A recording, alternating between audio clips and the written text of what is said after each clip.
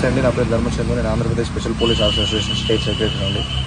ఈరోజు ముఖ్యంగా గత ప్రభుత్వంలో ఈ అంతర్రాష్ట్రీయ చెక్ పోస్టులు అనేటివి 2020 నుంచి 2022 వరకు ఎన్నో అక్రమాలను అడ్డుకట్ట వేయడంలో ముఖ్య పాత్ర పోషించాయి.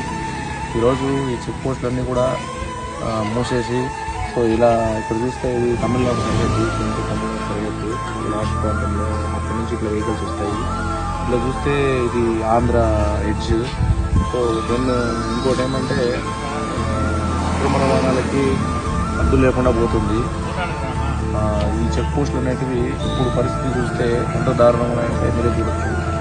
చెక్ పోస్టులు వచ్చి దారుణంగా మొత్తము ఇంత దారుణంగా తయారవడానికి కారణం గత ప్రభుత్వంలో ఈ చెక్ పోస్టులు అనేవి మూయడమే ఈ కారణం. చూస్తే మొత్తం కూడా ఎలా చెదురైపోయింది చెక్ పోస్టు. సో ఈ అక్రమ రవాణా అడ్డుకట్టేయడానికి ఎవరు కూడా దానికి చెక్ పోస్టు అంతర్రాష్ట్రీయ చెక్ పోస్టులు చాలా ఉన్నాయి రాష్ట్రంలో. ఇది ఒక సరిహద్దు ప్రాంతము.